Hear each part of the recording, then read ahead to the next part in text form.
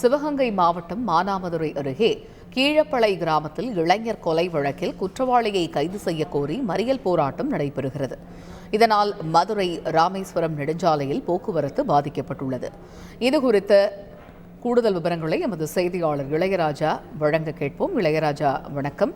தேசிய நெடுஞ்சாலையில் போக்குவரத்து பாதிப்பு ஏற்பட்டிருக்கிறது. உறவினர்கள் இந்த சாலை மறியலின் வாயிலாக முன்வைக்கக்கூடிய கோரிக்கைகள் என்ன? காவல்துறையினர் குவிக்கப்பட்டிருக்கிறார்களா?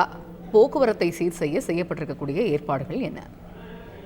கண்டிப்பாக சிவகங்கை மாவட்டம் மானாமதுரை அருகே கீழப்பசிலை கிராமத்தை சேர்ந்த பிரவீன் என்ற இளைஞர் நேற்று கோயம்புத்தூர் தனது சொந்த கிராமமான கீழப்பசிலைக்கு தனது நண்பர்களுடன் வாகனத்தில் போகும்போது மர்ம நபர்கள் வழிமறித்து இருக்காங்க. அதுல அந்த நண்பர்கள் தப்பி ஓடவே பிரவீன் மட்டும் மாட்டிக்கொண்டாரு.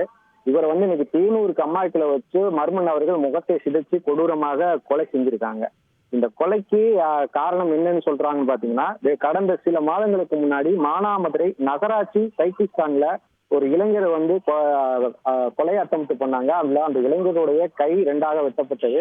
அந்த கொலையில் இந்த இளைஞன் சம்பந்தப்படவில்லை. ஆனால் அதற்கான மோட்டிவாகத்தான் அவருடைய நண்பர்களின் தொடர்பு இருந்ததாக கூறி இவனை வெட்டியதாக தற்போது தெரிய வருகிறது.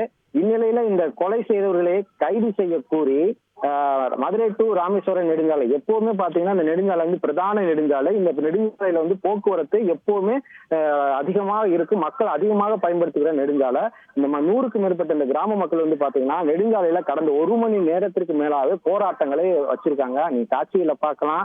அவங்க தங்களோட அழுகுறைகளோடு நெடுஞ்சாலையில படுத்து கொண்டு உருண்டு கொண்டும் தங்கள் கோரிக்கைகளை ரொம்ப பச்சுக்கிட்டே இருக்காங்க. போலீசார் தொடர்ந்து அவங்ககிட்ட பேச்சுவார்த்தை நடத்தி இருக்காங்க. இவங்க தரப்பு கோரிக்கை என்னன்னு பாத்தீங்கன்னா, அந்த குற்றவாளிகளை உடனடியாக கைது செய்தால் மட்டும்தான் நாங்க இறந்தவர்களின் உடலை வாங்குவோம், இல்லைன்னா நாங்க கலைந்து போக மாட்டோம். இந்த கொலை இந்த இளைஞன் காணாம போனது குறித்து நைட்டே ஊர் மக்கள் அந்த காவல்துறையிட்ட சொல்லியிருக்காங்க. ஆனா காவல்துறைகள் தொடர்ந்து தேடி அவர் சடலமா தான் மீட்சிருக்காங்க. இந்த இளைஞன் கொலை உண்ட சம்பவம் மிகுந்த பரபரப்பை ஏற்படுத்தியுள்ளது. தொடர்ந்து பாத்தீங்கன்னா கொலை சம்பவங்கள் தொடர்வதற்கான இந்த முன்னுரிதம் இது ஒரு தொடர்கதையா இருக்குமோ என்று போலீசார் அச்சத்தில் இருக்காங்க. தொடர்ந்து போலீசார் வழக்கு பதிவு செய்து அந்த குற்றவாளிகள் தீவிரமா தேடி வர்றாங்க. நெடுஞ்சாலையில போக்குவரத்தை சரி செய்யறதுக்கு தொடர்ந்து பேச்சுவார்த்தை நடத்தி வர்றாங்க. ஆனா யாரும் பேச்சுவார்த்தைக்கு உடன்படல. ஒரு பக்க சாலையில விட்டுக்கிட்டு இருந்தாங்க. ஆனா இப்ப அந்த ஒரு பக்க சாலையும் மறைச்சிட்டாங்க.